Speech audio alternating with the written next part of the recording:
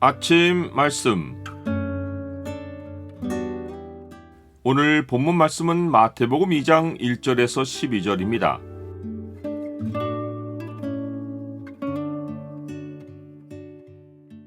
나라들과 왕들이 주의 빛으로 나아오리라. 오늘 본문을 소망의 창으로 보면 동방 박사들이 아기 예수께 한 일이 무엇인지가 보입니다. 소망의 창을 보여주는 구절은 2장 11절입니다. 집에 들어가 아기와 그의 어머니 마리아가 함께 있는 것을 보고 엎드려 아기께 경배하고 보배압을 열어 황금과 유향과 모략을 예물로 드리니라. 동방에서 온 박사들은 별을 연구하는 자들이었습니다. 이들은 별을 보고 점을 치는 점성술사들이 아니었고 별을 통해 우주의 질서를 설명하는 천문과학자였습니다. 그들이 별을 연구하던 중 전에 보지 못하던 별이 저 멀리 팔레스타인 지역 위에 나타났습니다. 그들의 연구 결과 이것은 왕의 탄생을 알리는 징조였습니다. 그들은 팔레스타인 위에 떠오른 별을 찾아 나서며 어디로 향할지를 고민하지 않았습니다. 왕을 알리는 별이었기에 그 지역의 수도인 예루살렘으로 향했습니다. 그들은 왕은 수도에 있다는 고정관념을 가지고 왕을 찾아 예루살렘으로 향했습니다. 하나님은 예레미야 선지자를 통해 너희가 온 마음으로 나를 구하면 나를 찾을 것이요 나를 만나리라 라고 말씀하셨습니다. 동방의 박사들은 계시의 별을 보고 그냥 앉아있지 않았습니다. 그들은 계시의 빛에 반응하여 유대인의 왕을 전심으로 찾아 나섰습니다. 하나님은 누구에게라도 복음을 계시하십니다. 창조주가 자신을 계시하는 것만큼 놀라운 일이 없습니다. 사람들이 하나님의 계시에 무감각한 것은 어둠이 그들을 덮고 있는 증거입니다.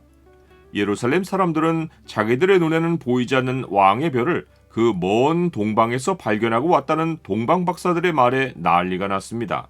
헤롯 왕은 그들의 말을 듣고 그 왕이 누구인지보다 그가 어디에서 태어났는지에 더 관심을 두었습니다. 유대인의 왕으로 태어났다지만 아기로 태어난 자는 당장 위협은 아니었기에 태어난 장소와 시기를 알아내어 그를 죽일 심사였습니다.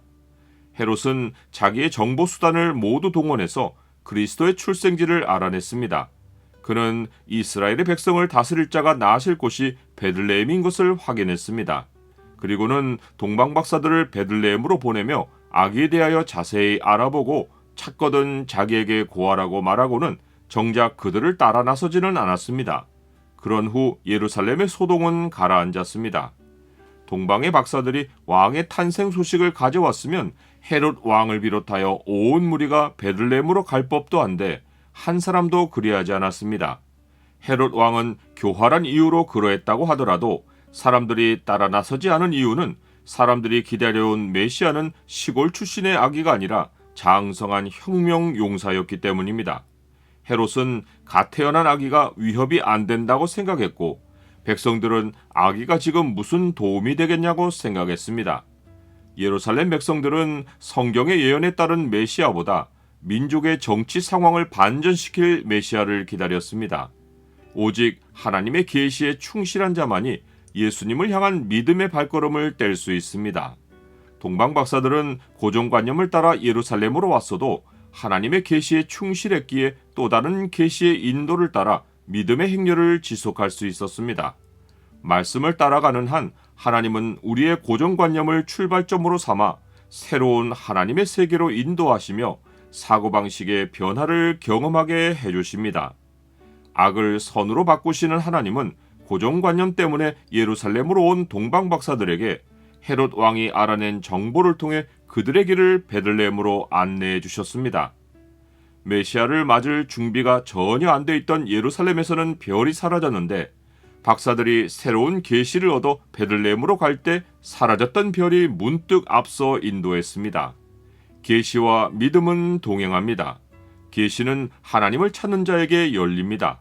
유대인들에게는 보이지 않던 별이 이방의 박사들에게 문득 나타난 것은 하나님의 충만한 마지막 계시이신 예수님이 자기를 찾는 믿음의 백성을 위해 오셨음을 알려줍니다. 하나님이 이스라엘의 눈은 감기시고 이방인의 눈은 뜨게 하신 것은 예수 그리스도가 온 세계에 흩어져 있는 하나님 백성의 왕이심을 알리신 것입니다. 그 별의 빛은 선지자 이사야가 예언한 하나님의 영광입니다. 일어나라, 빛을 발하라. 이는 네 빛이 이르렀고 여호와의 영광이 네 위에 임하였음이니라. 보라, 어둠이 땅을 덮을 것이며 캄캄함이 만민을 가리려니와 오직 여호와께서 네 위에 임하실 것이며 그의 영광이 네 위에 나타나리니 나라들은 네 빛으로 왕들은 비치는 네 광명으로 나오리라. 나는 하나님이 그 빛을 지금 내게 비추고 계심을 압니까? 동방 박사들은 그 별을 보고 매우 크게 기뻐했습니다. 동방 박사들이 왕으로 오신 예수 그리스도를 보고 경배한 후 그 빛은 이제 더는 하늘에 있지 않습니다. 그 빛은 동방 박사들의 마음에 간직되어 그들이 돌아가는 길과 그들의 고국에서 평생 그들의 마음에서 빛나는 생명과 구원의 빛이 되었습니다. 어두운 데에 빛이 비치라 말씀하셨던 그 하나님께서 예수 그리스도의 얼굴에 있는 하나님의 영광을 아는 빛을 우리 마음에 비추셨느니라.